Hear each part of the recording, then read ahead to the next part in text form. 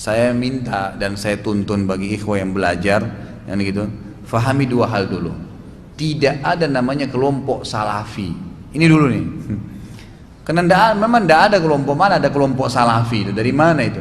Cuman teman-teman ini selalu kalau ceramah, sama ceramah kita ini sudah begitu kan? Kita lihat kisah para salaful ummah. Salaf ummah ini sahabat. Salaf itu kan orang terdahulu ya, tabi'in. Maka karena seringnya diucapkan salaf dikatakan kelompok salafi. Padahal sebenarnya tidak ada kelompok ini sendiri gitu kan. Nggak pernah ada kelompok salafi sebenarnya gitu. Nah tapi karena sudah terbiasa diungkapkan akhirnya teman-teman pun ini mengatakan ya ikhwah salaf, akhwat salafiyah gitu kan, sudah keluar istilah itu. Maka itu pun sebenarnya ulama mengatakan tidak dipermasalahkan kalau ada yang mengatakan kami kelompok yang mengikuti salaf, itu masih boleh saja. Tapi jangan sampai ini menjadi sebuah simbol seperti nama ormas atau nama kelompok dalam Islam yang baru, itu nggak boleh sebenarnya. Itu kan nggak boleh, nggak ada. Kita semua sama, Quran kita, Tuhan kita satu Allah, kitab kita satu Quran, Nabi kita, kiai kita satu Muhammad sallallahu alaihi wasallam, kiblat kita satu Ka'bah.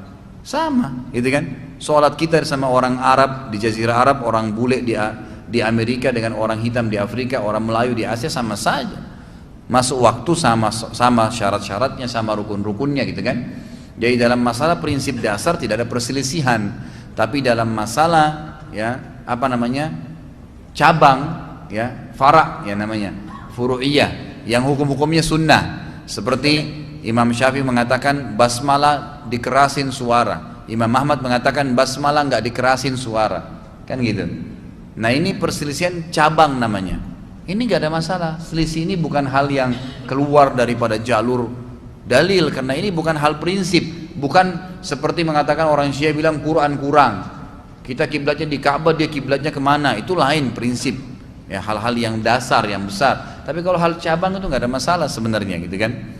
Kalau saya melihat Allahu a'lam, adanya teman-teman yang muncul ini, Allahu a'lam, ini pendapat saya melihat karena kurangnya ilmu syar'i, fanatisme belajar agama besar, gitu kan? Kemudian fanatik dengan ustadznya, lalu kemudian begitu ustadznya sampaikan pendapat seperti saya bahasakan tadi, subhanallah saya nggak tahu kenapa saya ucapin tadi itu.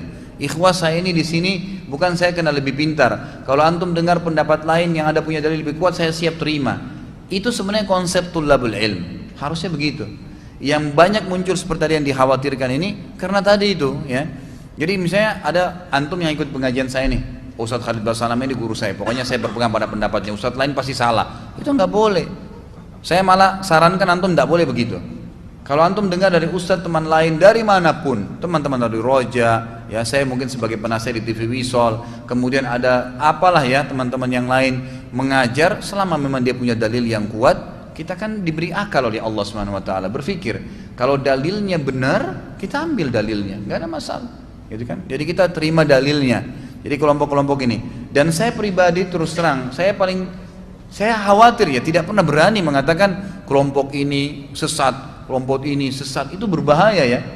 Kalau ada satu ormas Islam, yayasan, apalah mungkin termasuk partai, kemudian dia membawa nama Islam, lalu ada yang salah dari salah satu prinsipnya, maka prinsip substansial, prinsip yang salah itu yang disorotin, bukan semuanya, kan gitu.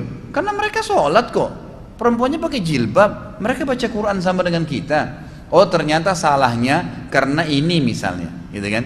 Mereka membolehkan nikah antara lintas agama, nah itu yang salah nih. Jangan langsung karena dia bilang ini kafir berarti, enggak, gitu kan? Jadi kita harus hati-hati dalam masalah-masalah seperti ini ya.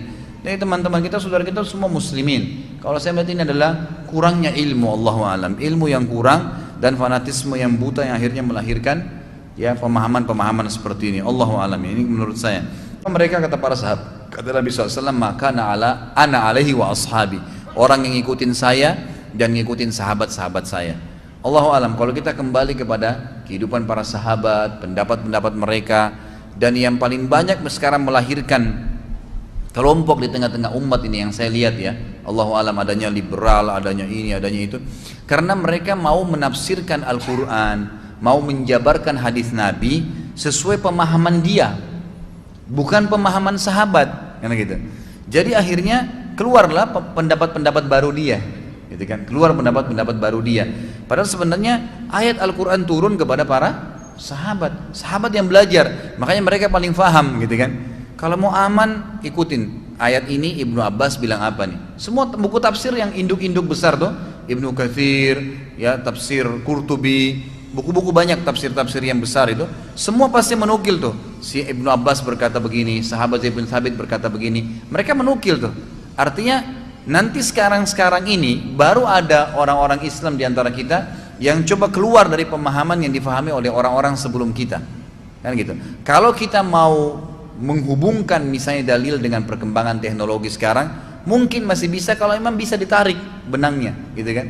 Tapi jangan sampai kita melupakan ayat-ayat atau tafsir atau penjabaran daripada hadis yang telah disampaikan bagi orang-orang yang memang turun wahyu kepada mereka. Allahu alam. Kurang lebih seperti itu ya.